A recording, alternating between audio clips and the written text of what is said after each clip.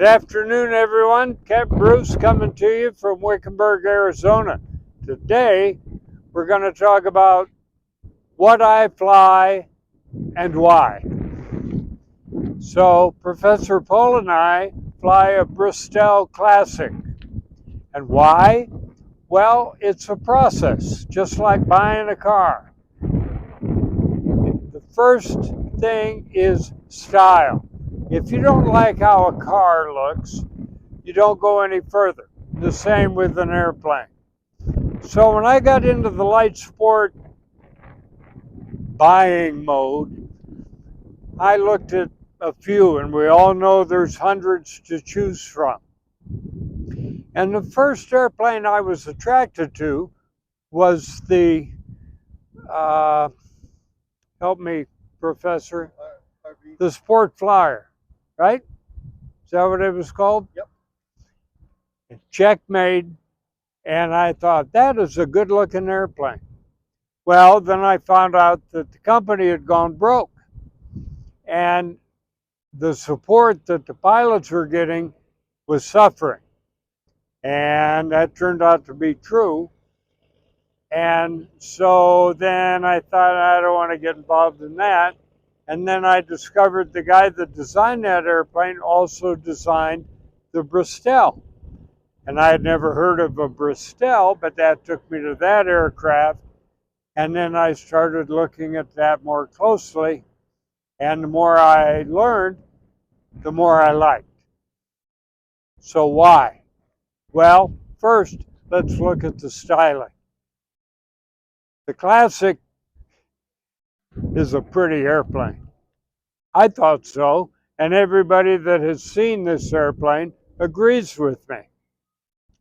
The lines just flow. It's a pretty airplane. And it goes with cars. The car you drive, you like. And I like this airplane. So then once I got past that, I wanted an airplane that could not only carry myself and a passenger, but I could put stuff in it. Now granted, we're all weight restricted. And I found that some airplanes have the ability to carry 3 or 4, or maybe even 500 pounds. But once you get past the people and the gas, you have maybe 200 or 300 pounds left over, but there's nowhere to put it. There's no cargo space. So that ruled out a good number of airplanes for me. This airplane has space. Most Bristols have what they call wing lockers, 2 in each wing. This one, unfortunately, only has 1. Such is the case when you buy a used airplane, just like a used car. You have to make allowances sometimes. But that notwithstanding, behind the seats on the Bristol, there's a generous cargo compartment. Now, unfortunately, it's weight restricted to about 28 pounds. So what you do is you put light baggage, what have you, behind the seats, and then the wing locker, which is restricted to a more generous 44 pounds, you put your heavier gear in here, and what we've done is put our emergency gear, our maintenance gear, in the wing locker. So we don't have to continually open it for pre-flight activities or what have you. We have our tie downs here. We have our maintenance tools here. We have our oil. We have some cleaning rags or what have you. That sits in here. It gets locked up. And when we need it, we open it, we get it. But what we have is room to put things. If we have something long, this seat back can come out. It's not connected to anything. We just fish the seat belts out through this hole here, and we take seat back out. So if we have something long, if we have skis, I don't ski, I don't know. But we have the length to put long objects on the right side so long as we don't have a passenger. So it's utilitarian. It's not like that guy in Boston that had a small baby Austin with room for his ass and a gallon of gas. And I won't finish the limerick. If you know what I'm talking about, you know how it ends. So it does more than just carry myself and a passenger. The airplane holds 32 gallons of gas. With the stingy Rotax engine that only burns 5 gallons an hour, if you do the math, with the reserves, the airplane will take you 6 hours. My bladder doesn't go 6 hours. My ass doesn't go 6 hours. So the professor and I basically figure out we fly routinely with half tanks, which gives us even more opportunity to carry more in the airplane. It's a traveling airplane. When you get up in the panel, state of the art, Garmin G3X touch panels, 2 screens, a Garmin autopilot. We have a Garmin navigator in there that allows for IFR flight if you're legal. Me, I don't have a medical, so I just do day VFR. The professor has a medical and a rating, and so he can do fancy stuff if he so desires.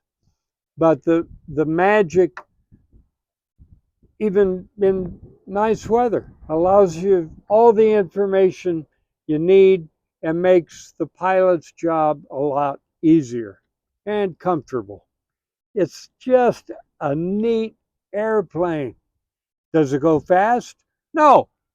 Do I need to go fast? No. I'm retired. I've got nowhere to be in all day to get there. So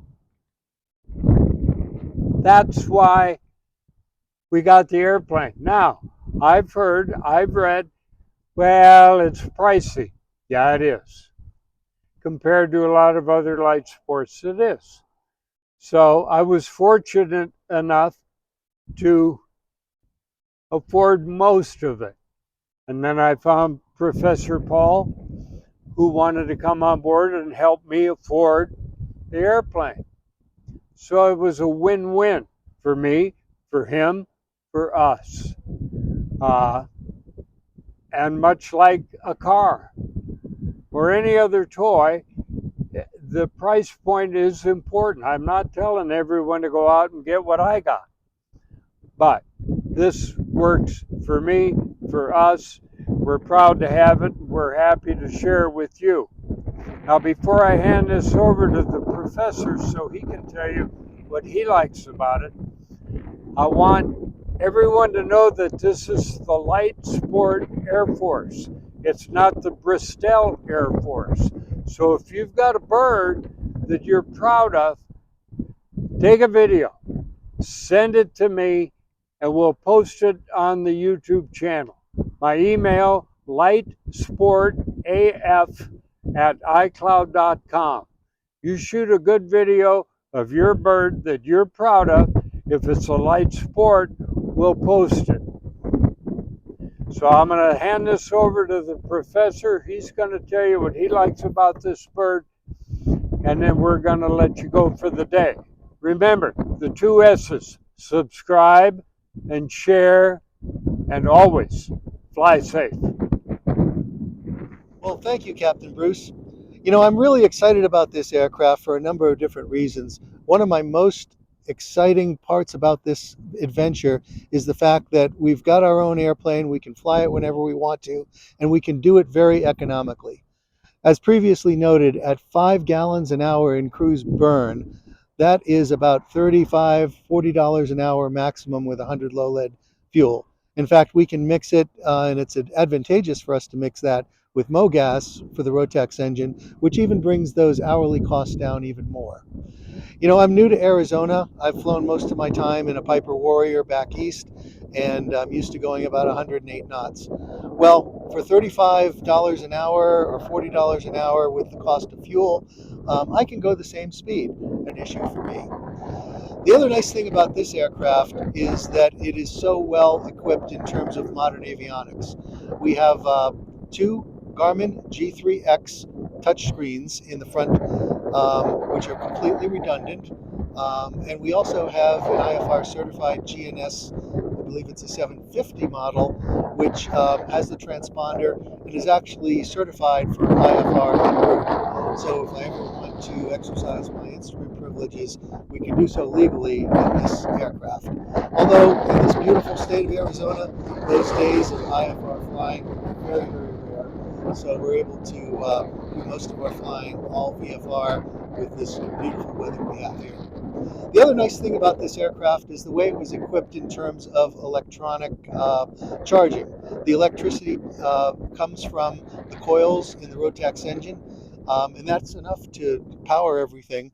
But what the previous owner did was he put in an auxiliary alternator, which we normally run on in addition to the charging from the coils in the Rotax. So that gives us some redundancy there in terms of our electrical, not to mention the backup internal batteries that are built into the G3X touchscreens, as well as a couple of extra batteries that can run the G3X. So there's like three levels of redundancy to keep those electronics going. Of course, we have a great autopilot here, and we can use that to save on our pilot workload. So it really is equipped to do anything that most full-size aircraft are equipped to do, and that's really one of the big reasons why I like it. The other nice thing about this is it's a Rotex engine. I've been learning a lot about Rotex. The cost of maintaining a Rotex engine and building a Rotex engine is a fraction of what you would pay for the more traditional Lycoming and Continental engines. These things now have a TBO of over or at 2,000 hours, so we're equivalent there. We've only got under 300 hours on this one, so we should have many good years of flying before we have to do an overhaul on the engine. There's a few disadvantages, and I won't even call them disadvantages, but things you have to think about with a Rotex engine, especially if you're using 100 low lead fuel. We've learned that we have to change the oil every 25 to 30 hours. That goes up to 50 hours if we use a mixture of MoGas. There are dual carburetors in this system that need to be synchronized, but not that often, maybe every 200 or 300 hours. And of course, the RPMs run a lot higher on a Rotex engine than they do on traditional engines like Homing. So there is a gearbox that brings the RPM down to about 25, 2600 on the prop. So there's a rebuild of that at about 600 hours. But again, not a big deal. 600 hours is a long interval, and so far I've been very impressed with the way the Rotex starts and runs. There's no mixture control here; it's all automatic. So again, a little less you have to worry about with the pilot workload there. So yeah, I'm excited. We're going to start our adventure very soon. We're going to be going off to a lot of different interesting places, and like we said, we're going to be telling you about what there is to do in the towns that we go to and how to get from the airport to these interesting attractions all over the state. So I hope you'll stick with us as our adventure begins, and we're just thrilled to be here in Wickenburg with this brand new, beautiful machine.